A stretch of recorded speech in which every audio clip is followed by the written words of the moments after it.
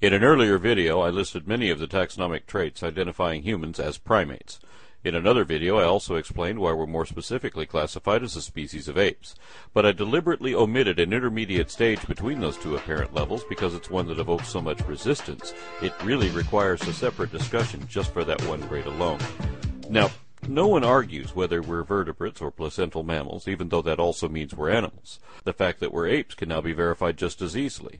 For a while, most people thought the word ape referred only to extant, non-human pongans, also known as great apes. There was no consideration given to lesser apes, nor any of the many ancient apes we kept finding fossils for. Mainstream science sources are just now starting to realize that the word ape means a lot more than just chimpanzees, gorillas, and orangutans, and that it includes a few extinct hominids that are more humanoid than any of these. So there was a problem with our old method of classification, and it had to be fixed. Over the last 250 years, we've kept patching up the old 7-layer system by adding a suborder, infraorder, superfamily, subgenus, and so on, till we can't even tell how to rank the labels anymore. That's when we figured out there are no ranks, so we dropped the labels and found a new system, one that isn't so arbitrary. See, the problem with Linnaean taxonomy is that some of it is subjective. It's usually based on morphological similarity and sometimes on opinion. There's often no way to prove whether Linnaean classification was even correct because he didn't rely on the rigid set of rules that phylogenetics does. We used to say that men didn't evolve from apes, but that men and apes shared a common ancestor. Now we have a better understanding of what an ape is, and that our common ancestry actually would have been classified as such, and so should we be. This rule of monophyletic hierarchy should also apply to everything, including the race of cat people from the science fiction comedy Red Dwarf. Don't get it? Well, you know how mankind evolved from apes? Yeah, I know that. He evolved from cats. His ancestors were cats. He's descended from cats. He is a cat. Here you go, cat.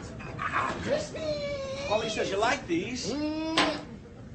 Hey, you monkeys eat off the floor? Don't you got no style or sophistication? Oh, I'm sorry, cat. I'm sorry. You people are unbelievable. Creationists try to ridicule evolution through the implication that we came from monkeys, and those who know the difference are quick to point out that apes are not monkeys. For one thing, apes don't have tails, but there's more to it than that. For example, we can tell that a Barbary ape isn't really an ape, it's a tailless monkey. The same way we can tell a glass snake isn't really a snake, it's a legless lizard. There are so many distinctions that even if we found a snake that had legs, and we have, we'd still know it was a snake. But snakes are a subset of the order Squamata. That means lizard. If snakes evolved from lizards, do they stop being lizards at the moment they become snakes? And when exactly is that moment? It turns out that this is another confusing convention in Linnaean taxonomy, which is corrected by cladistics. Paraphyletic groups shouldn't exist in phylogenetics, nor would systematic classification permit the emergence of a new species to add another equivalent category. Instead, existing branches split into successive subsets that are each monophyletic, sharing a common line of descent from which they can diverge but never detach. This means snakes will always be a subset of lizards, and apes would still be monkeys. Talking monkeys can't exist.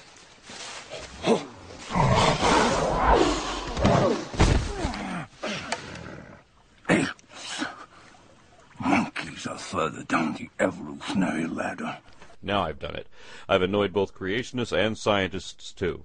But I intend to show that our old interpretations are incorrect, that not only was the ancestor of apes actually a monkey after all, but that they never stopped being monkeys, and neither did we. I intend to show that humans can be, and already are, properly classified currently both as apes and as monkeys. Well, evolution, it's come back on the cards. Mr. Charles Darwin, who looked a bit like God, which is interesting, and he wrote a book called You're a Fucking Monkey, Mate. And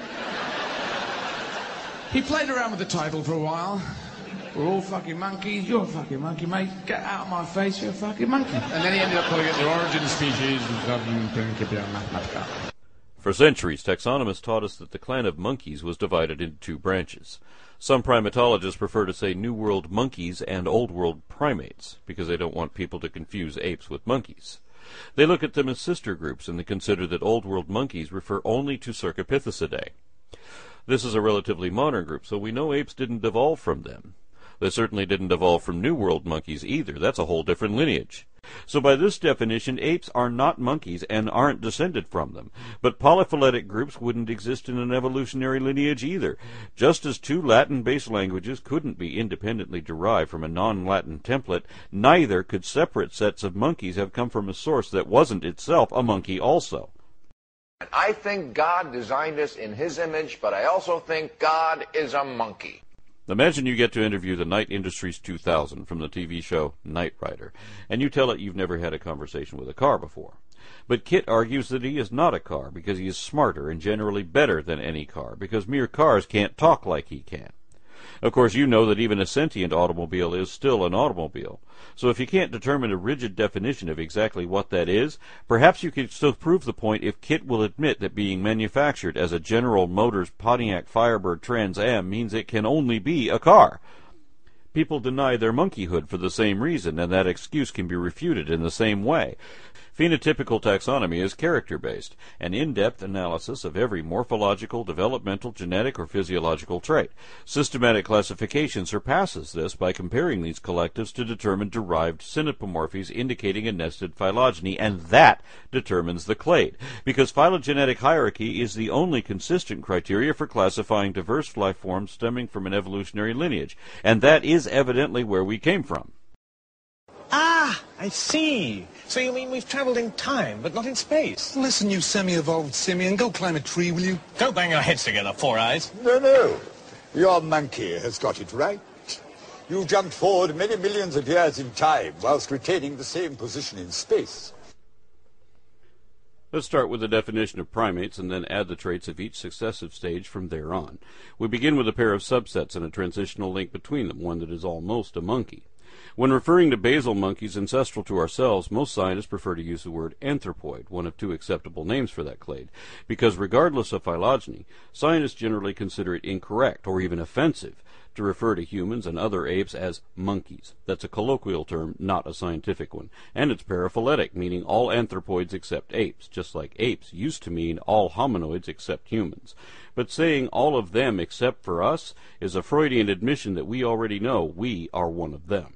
Besides, the words anthropoid and hominoid both imply possession of human characteristics, so humans could hardly be excluded from either taxon. We're just beginning to realize this, and it takes time to accept unconventional or uncomfortable truths. If you go to the right school in North Carolina, you'll learn the new standard, one which admits that humans are monkeys in the literal sense. But in Texas, they'll still say that chimpanzees belong to the Pongo family, even though this was shown to be an error at least a decade ago. Polyphyletic omissions attempting to exclude basal simiforms to avoid embarrassing associations are unscientific and unacceptable, being reliant on subjective criteria. Common dictionary definitions are similarly inconsistent, incomplete, contradictory, and inapplicable. So are the absurd aspects of some layman's classifications. Obviously, we can't properly identify anything by single traits, nor can we say what something is by listing what it is not. Traits that are usually present still aren't definitive unless they are shared by all members. So the only way to properly classify anything is according to the collective characters common to everything already accepted in that category without making exceptions for certain ones. Consequently, cladistics has rendered some colloquial words like fish and reptiles virtually meaningless because they're as inconsistent with phylogeny as things that are gray. We must either assign consistent definitions or drop these words from our vocabulary of scientific terms. And it's important to note that while there are English words to distinguish apes from monkeys, other languages don't see this division. The Latin word for monkey is simian, and that is the other name of the clade to which apes and all other monkeys belong. At the root of the simian family tree is another transitional fossil, one which is universally recognized as a monkey and is described as such even by primatologists. Thus, this form represents the mother of all monkeys as well as their descendants in denial. The first division within that clade is between parapithecids, a diverse group of monkeys which are now all extinct, and the clade that remains, forming the next division. Here we have another transitional species bridging the morphological gap between the basal forms of both New World and Old World monkeys. Well, man are sort of evoluted from the Old World monkeys. Did you hear that, my friend? Old World monkeys. Quite is the case. You and I aren't even descended from good American monkeys. In some respects, New World monkeys are actually older and more primitive than Old World monkeys, and contrary to popular opinion, Old World monkeys aren't a sister clade to apes because they're not limited to cercopiths. The fossil record reveals yet another set of catarrhines that are not only definitely monkeys, but are basal to both Cercopithecidae and Hominoidea. Most cladograms omit or ignore groups that are otherwise entirely extinct and thus perpetuate an erroneous illusion, especially since these groups are where the most transitional species are to be found. In this case, Aegyptopithecus was an ape-like monkey believed to be ancestral to Proconsul, a monkey-like ape, and the forerunner of all Hominoidea. The implication is inescapable even when there is a concentrated effort to avoid using the word monkey in a context which includes apes, and that's especially odd since the general public commonly recognizes chimpanzees and even gorillas as monkeys. If they're not monkeys, then what's the difference between them? Especially since every ape, extant or extinct, including man himself, meet all the criteria of that clade. Regardless of the outraged objections often raised by this, it is a fact that whether classified by features or phylogeny, humans and other apes are uneschewably monkeys, both by definition and derivation. You're a fucking monkey, mate.